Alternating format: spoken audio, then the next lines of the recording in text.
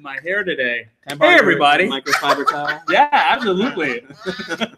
Hi, everyone. I'm Janelle Pizarro. And I'm Frederick Philip Von Weiss, and thank you for consuming the Thunder Nerds, a conversation with the people behind the technology that love what they do and do tech good. Doing tech. Hey, and we're at Event Apart, and we're talking with Dan Mall. Welcome to the show, Dan. Thanks. It's nice to be here. Yeah, great to have you. Dan, you are the founder and design director at Super Friendly, which sounds like a very friendly place. Pardon the pun. Yeah. Yeah, and you're also a teacher. Yes, that's right. Yeah, that's cool. Did you mind telling us a little bit about you and what you do? Yeah, sure. So I'm a designer. I'm a creative director. I went to school for design, grew up drawing and doing design. And so now I run an agency, which is a little bit of a different agency. And my role is kind of like a director on films, where my job is to just make sure that all the actors and all the people doing the work are doing their best work and trying to get that out of them. That's awesome. That's a really good metaphor. I pitched it a couple times before. Cool. So what is your talk going to kind of be about today? You're speaking later on today, right? And I love the title of Til Launch Do Us Part. That's right. Yeah. So my talk is about the designer-developer relationship, and I think that a lot of these conferences that we go to talk about how designers and developers should collaborate and work together, and I think no one really disagrees with that. But what I find is when I work with designers and developers, especially at in-house teams that my agency works with, they don't really know how to collaborate. And they think that they do until, me and my team kind of come in and say, this is what it looks like to really engage and work with each other. So my talk today is going to be about tips and tricks and really actionable things as to how designers and developers can sit together, work together, not do the whole throw it over the wall thing, how to really engage with each other. And I think that leads to better work. Did you have a personal Phil Collins or Genesis experience that made this happen? I think I've been lucky in my career to work with people that know how to collaborate and have sort of taught me how to collaborate. And so I always just thought, well, this is how it is. This is how it goes. Until I went to, until I started working with clients and I go oh, they don't do this. And it's because they don't know how to do this. So I kind of took it upon myself to be like, all right, well, somebody's got to show them, right? So I might as well be the one. That's awesome. Yeah. Oh my gosh, that's super nifty. I have just kind of a little bit. He's a designer, super awesome. And then I'm a dev, and we butt heads all the time. Sure. We don't work together. No, we don't actually butt heads. Nice. No, but it is difficult to kind of have that conversation with your designer or vice versa, right? With your developer and be like, hey, this thing needs to move exactly 4 pixels to the left. And having those really difficult conversations about really honestly just 4 pixels. How would you go about telling designers and developers how to make that problem work? Well, so I think the first thing is it's about the relationship, right? So a lot of people approach it thinking, well, no, it's all about the work. And what that kind of says, and I get the sentiment of that, it's usually a positive one, which is no, we're all in it to make a great product. But the subtext of that is sort of well, I don't care about you because this is all about the work. And so I find that the first thing is well, we have to like each other and trust each other and make sure that what you're saying is in my best interest too. And if I know that, well, now I have an incentive to do what you're asking me to do, and I have an incentive, and you have an incentive to do what I'm asking you to do. So I think a lot of that is just how do you find trust? How do you find the ability? Yeah, the ability to because collaboration is really about joining together. It's a merger of sorts, right? And so I think it's a lot like that, where you have to have trust first, and then if there's trust, now you can start to do things that complement each other and help each other. So I think help is a lot of it. And then aside from that, on a tactical end, I find a lot of times developers are doing a lot of work that designers should be doing, and designers are actually doing a lot of work that developers should be doing. So from the tips and tricks standpoint, I'm well, let's separate those two things and let's have designers kind of take back some of the part that should be on them. Right? A lot of times developers are finishing the design in the browser. Jen Simmons said that yesterday in her talk. Yeah. They're finishing design work, and yet designers don't do anything to enable good design for developers, and vice versa. So a lot of what I've been thinking about lately is, well, how do we flip that a little bit? How do we let designers kind of own more of the design process and developers own more of development, but also vice versa, have developers be in on the design process, designers in on the development process. Do you have any kind of takeaways from that? Any kind of things that you've employed in the field that you find some results with that? So one popular one that I think people don't take advantage of right now is, design systems are a big topic right now.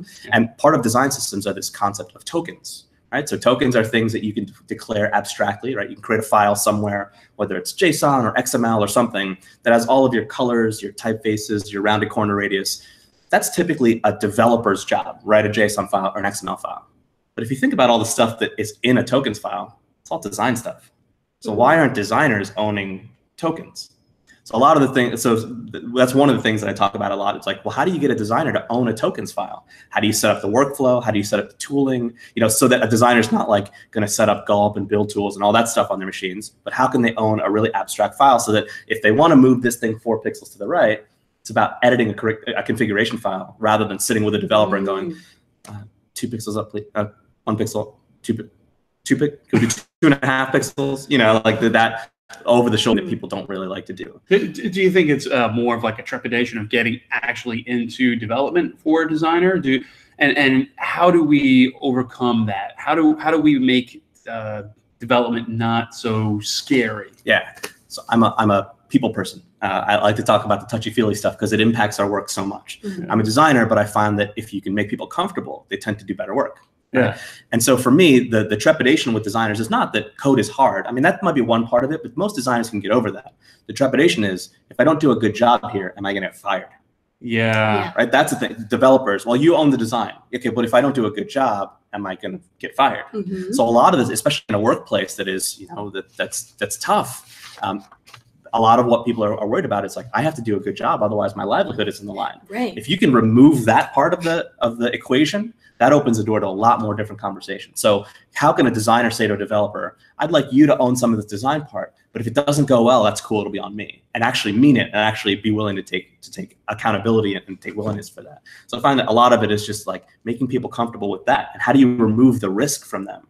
The risk is I'm going to get fired. I don't have this job. I have to support my family. All of that stuff is wrapped up into, can we move that thing 4 pixels to the right? And you get so many people that will say like, oh, that's not my job. I'm going to distance myself. That's so-and-so. That's Carl down the block there. He does that. That's right. I do this. I'm safe.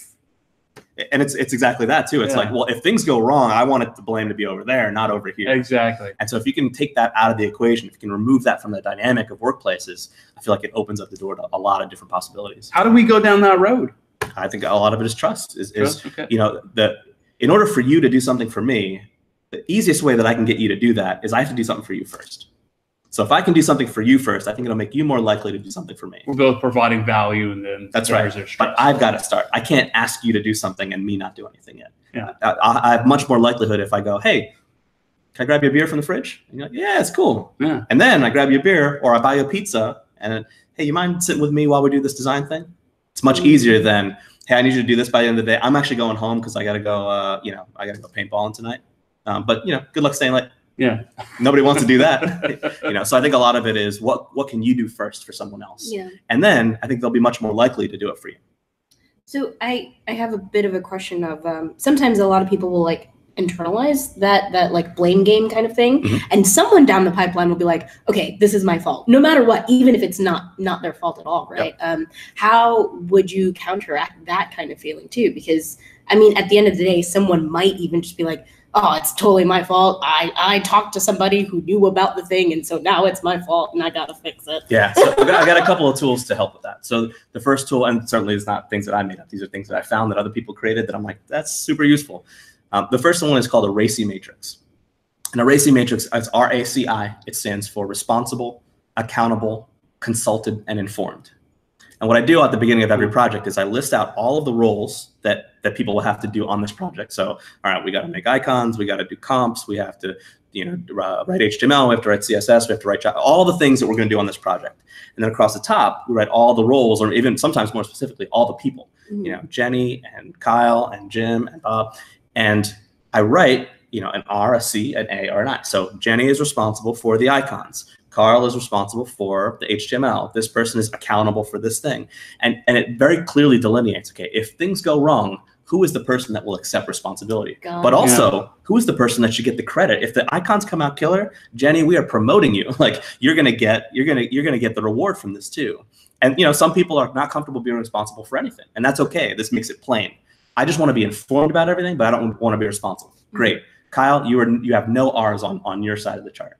And so using a chart like that makes it visible, kind of makes it transparent. Like these are the people that are responsible for these things. If I want to know who's in charge of the icons, I can just look at this chart and go, oh, it's Jenny. She's in charge of the icons. So I can go talk to her about that. So that's one tool for doing that, is like just making that really transparent, because a lot of times we assume like, I guess the designer's in charge of the icons, right? Yeah. But no, a product manager actually decided we're going to use some stock icon set.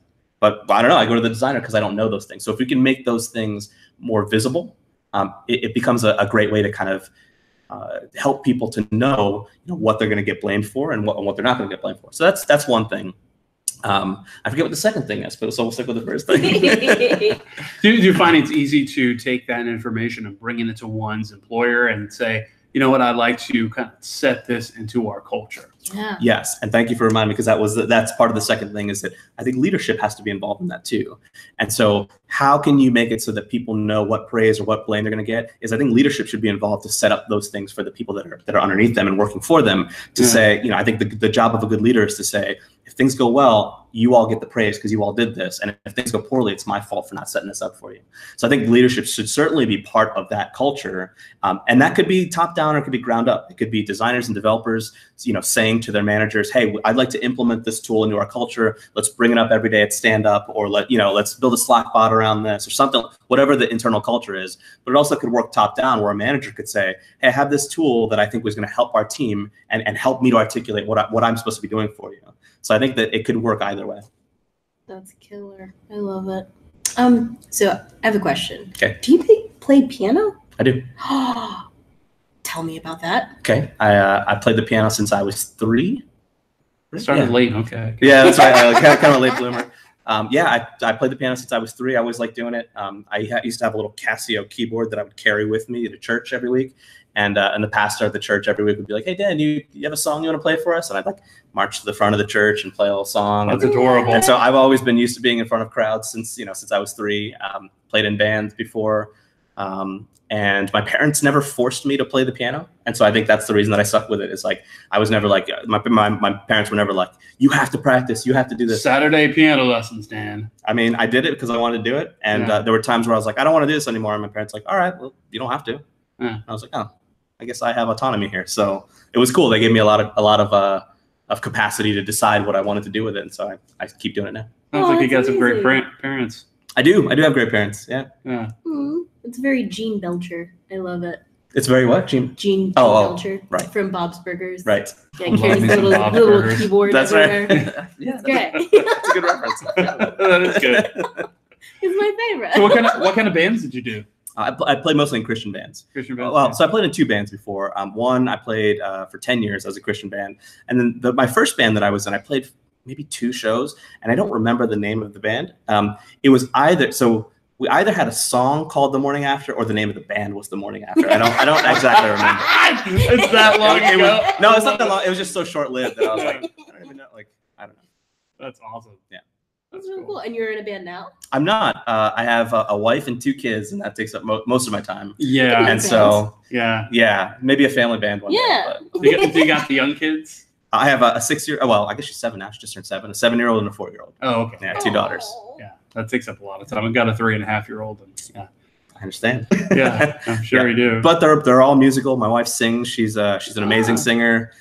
She's the kind of singer that's like wins karaoke competitions kind of singer. Dang. She's the kind that people go up to sing karaoke, and then she goes up and they're like, oh, you're a singer. And so it's a bit unfair. Do you mind if I ask you, so what got you into what you're doing now? You were on a fast track to becoming a piano that's right. genius. How did you get into this? So speaking of my good parents, my dad is an accountant.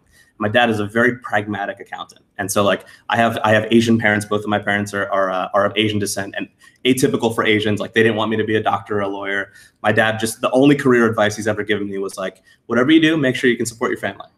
Okay, if you want to have a family, make sure you can support them. So when I was in high school and trying to decide do I want to do this an art thing, because I always drew and read comic books growing up. Do I want to do kind of an art thing or a music thing? And I was I think that music would be a difficult life. At 16, I knew that. Nice, good for you. Yeah, and so I was all right, maybe I'll see what this art thing does. So I went to school to be an animator because actually I in 91, 92, I think it was when Toy Story came out, and I saw Toy Story, and I was like, "Yep, that's it. That's what I want to do." Sold. Yep. And so I went to school to be an animator, and I realized in my first semester how difficult animation actually is, and how I'm not cut out for it. But I was lucky to. My major was sort of split between animation and design, and I was like, "Oh, this design thing actually is pretty cool." And so, that's so it cool. all started there. Oh, nice. Fell into it. That's really I did, awesome. yeah, almost literally. And you worked in Lucasfilms? I worked with Lucasfilm. So I did, at one point, as part of my claim to fame is I designed StarWars.com. Not the version that's up right now, but the version just before Disney bought it. That's pretty cool. Yep. All right, nice. So that's certainly a high point in my career. That is pretty fantastic. Yeah, I talk about that all the time. If I was there. Yeah, it goes in every pitch that I do. Yeah. First, gonna start my slide with Star Wars, and then we'll go into the talk. I don't know how relevant it is, but yeah. You know, a big photo of Darth Vader is always a hit. Love it. So awesome. Well, Dan, for our audience, the people that did not have an opportunity to join us at Event Apart this week, do you mind providing any kind of little goodies or takeaways from your talk? Yeah, totally. So I think for my talk, my talk is called Til Launch Do Us Part, and it's really about engaging with designers and developers and how they can do that more closely. Like we talked about here, I think trust is a big part of that. The other part is find tooling and find ways to really sit together. I think that's maybe the best part of it. And that doesn't mean you have to be all in the same location. Find ways to virtually sit together. So one thing that me and my teams will do, even though we're distributed, is we'll send videos back and forth. And it's almost like my video will talk to that person's video, and then we'll do that.